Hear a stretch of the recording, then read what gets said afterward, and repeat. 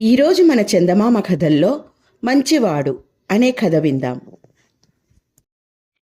కథ వినే ముందు నాదొక చిన్న రిక్వెస్ట్.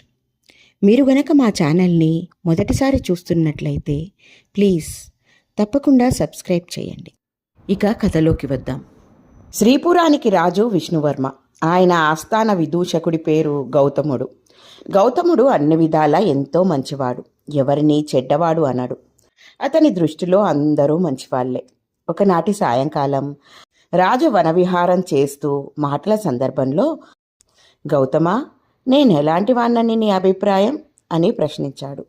అందుకు గౌతముడు, మహారాజా, మీ అంత మంచివారు ఈ భూమి మీద మరొకరు ఉన్నారా అన్న సందేహం కలుగుతూ ఉంటుంది అని జవాబిచ్చాడు. ఆ జవాబులోని అతిశయోక్తి రాజుకు కొంత వెగటుగా తోచి, నాలో చెడు ఏమీ లేదంటావా అని అడిగాడు. తమలో చెడంటూ ఏమున్నది మహారాజా, ఎవరి మీదనైనా కోపం వస్తే అతి కఠినంగా మందలిస్తారు. అయినా అప్పటికీ మీ మాటలు కఠినంగా ఉన్నా మనసు వెన్నతో సమానం అన్నాడు గౌతముడు భక్తిగా. విదూషకుడి మాటలు విన్న తరువాత రాజుకు ఒక బలమైన సందేహం కలిగింది. అసలు మంచివాడంటే ఎలా ఉంటాడు? మాట కఠినం, మనసు మెత్తన అంటే ఏమిటి? ఆనాటి రాత్రి రాజు దీన్ని గురించి ఆలోచిస్తూ పరాకుగా ఉండడం గమనించిన రాణి ఆయనను సంగతేమని అడిగింది. రాజు చెప్పాడు, ఇదొక పెద్ద సమస్య అన్నట్టు ఆలోచిస్తున్నారా? ఎవరైతే ఎదుటి వాళ్లను మాటలతో గాని చేతలతో గాని కష్టపెట్టరో వాళ్లే అసలైన మంచివాళ్ళు అన్నది రాణి. రాజుకు ఆమె మాటల్లో నిజం కనిపించింది. ఈ విషయంలో క్షుణ్ణంగా పరిశోధన చేసి తన రాజ్యంలోని నిజమైన మంచివాడికి గొప్ప బహుమతి ఇవ్వాలని నిర్ణయించుకున్నాడు రాజు. ఈ సంగతి మంత్రి విని చాలా ఆశ్చర్యపోయాడు. లోకంలో రాణిగారు చెప్పినంత మంచివాళ్ళు ఉంటారని ఆయనకు నమ్మకం లేదు. అయినా ఈ పరిశోధనలో రాజుగారికి రాజ్యంలో ఎంతటి చెడ్డవాళ్ళున్నారో తెలుస్తుందని సరిపెట్టుకున్నాడు. ఒకనాటి రాత్రి రాజు మంత్రి మారువేషాల్లో బయలుదేరి అందరూ మంచివాళ్ళు అనుకునే వాళ్ళ దినచర్య ఎలా ఉంటుందో గమనించాలని అనుకున్నారు. అలాంటి వాళ్ళిద్దరూ రాజుకు మంత్రికి గుర్తుకు వచ్చారు. ఒకరు ఆస్థాన కవి, మరొకరు ఆస్థాన వైద్యుడు. ముందుగా ఇద్దరు ఆస్థాన కవి ఇల్లు చేరి ఇంటి వెనక ఉన్న పూల తోటలో గుండా పోయి కిటికీకి ఒక పక్కగా చీకట్లో నిలబడ్డారు. ఆ సమయంలో కవిగారి ఉగ్రరూపం, అతడి కేకలు వాళ్లకు ఆశ్చర్యం కలిగించాయి. గదిలో గోడవారగా మంచం మీద కవిగారి భార్య నీరసంగా పడుకుని ఉన్నది. ఆయన శిష్యుడు గురువుకు భోజనం వడ్డించేందుకు ఒక వెండి పళ్ళెం తెచ్చి ఆయన ముందు పెట్టాడు. దానిలో కొద్దిగా నీటి బొట్లు ఉండిపోయాయి. కవిగారు శిష్యుడికి వాటిని చూపుతూ, కవిత్వం అంటే అసలు ఏమీ తెలియని వాళ్ళు నిన్ను నా అంత కవిగా, నన్ను మించిన కవిగా పొగడడం చూసి నువ్వు గర్వించినట్లున్నది. ఈ పల్లెంలో నీళ్లున్న సంగతే గమనించలేనంత అంధుడివా? ఛీ, భ్రష్టుడా అంటూ కోపంగా చేయెత్తాడు. శిష్యుడు వణికిపోతూ పల్లెంలోని నీళ్లు తుడిచి ఒడ్డన ప్రారంభించాడు. అంతలో కవి భార్య బాధ కొద్దీ పెద్దగా మూలిగింది. ఆ వెంటనే కవి భార్యకేసి కోపంగా చూస్తూ, 4 రోజుల జ్వరానికే అంతగా బాధపడిపోవాలా? ఆ మూలుగులేమిటి? నాకు అన్నం సహించకుండా రాత్రిళ్ళు నిద్ర పట్టకుండా చేస్తున్నావు. గత జన్మలో ఎన్ని పాపాలు చేశానో, నీలాంటి జ్యేష్ఠాదేవి భార్యగా దొరికింది అన్నాడు. ఆస్థాన కవి నిజరూపం అర్థమై రాజు మంత్రి నివ్వెరపోయారు. వాళ్ళు అక్కడి నుండి ఆస్థాన వైద్యుడి ఇంటికి వెళ్లారు. వైద్యుడు మందులు తయారు చేసే చిన్న కుటీరంలో నుండి ఏవో శబ్దాలు వినబడుతున్నవి. రాజు మంత్రి కుటీరం గోడ పక్కన నిలబడి కిటికీలో గుండా లోపలికి చూశారు. వైద్యుడి కుమారుడు కల్వంలో రకరకాల మూలికలు వేసి నూరుతున్నాడు. అతడి ముఖంలో చిరాకు స్పష్టంగా కనిపిస్తున్నది. వైద్యుడు మాత్రం తీవ్రంగా అతడి కేసి చూస్తున్నాడు. 1-2 నిమిషాల కాలం గడిచింది. హఠాత్తుగా వైద్యుడు, ఒరే, నువ్వు కాదనక నేను చెప్పినట్లు చేసి తీరాలి అన్నాడు. కొడుకు మూలికలు నూరుతూనే, నాన్నా, నాకది ఇష్టం లేదు అన్నాడు. ఆ జవాబుకు ఆస్థాన వైద్యుడు పళ్ళు కొరుకుతూ, వైద్యశాస్త్రంలో నువ్వు నన్ను మించిపోయావు. ఆ సంగతి నాకు తెలుసు. కానీ డబ్బు విలువ తెలుసుకోలేనంత మూర్ఖుడివి.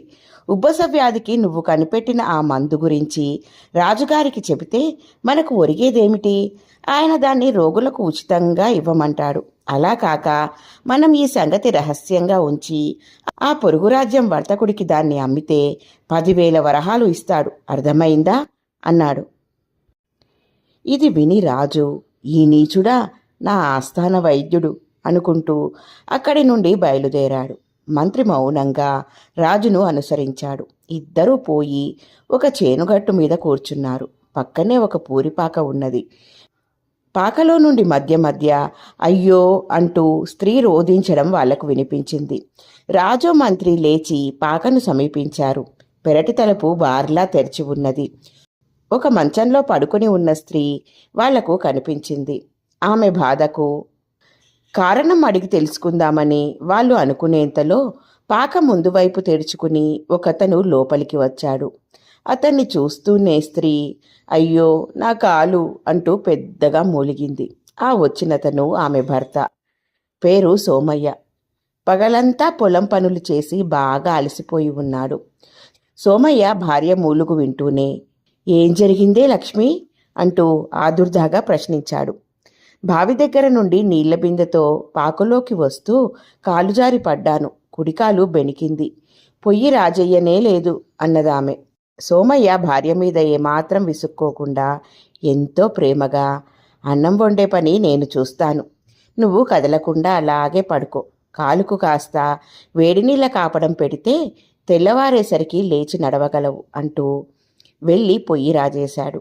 అతడు భార్య కాలికి వేడి నీళ్ళ కాపడం పెట్టి అన్నం వండి ముందు భార్యకు పెట్టి తర్వాత తను తిన్నాడు. ఇల్లు చేరేందుకు ఇంత పొద్దుపోయిందేం అని భార్య అడిగింది. దానికి సోమయ్య మిగులు ధాన్యం అమ్మ చూపాను కదా, బేరం ఒక పట్టాన కుదిరింది కాదు. పట్నం షావుకారు బస్తాకు 5 రూకలు ఎక్కువిస్తానన్నాడు. అయినా బాగా ఆలోచించి ధాన్యం మన ఊరు వర్తకుడికే అమ్మాను అన్నాడు.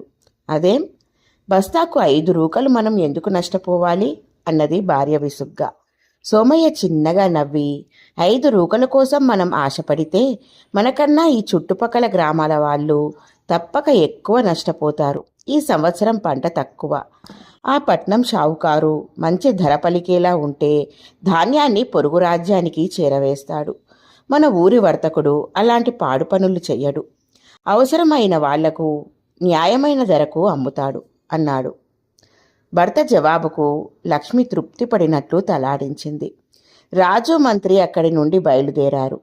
దారిలో రాజు మంచివాడెలా ఉంటాడో ఇప్పుడు తెలిసింది. ఈ రైతు మాటల్లో చేతల్లో కూడా మంచివాడు అన్నాడు. అవును ప్రభు, మన ఆస్థాన కవి వైద్యుల సంగతి ఏమాలోచించారు అని అడిగాడు మంత్రి.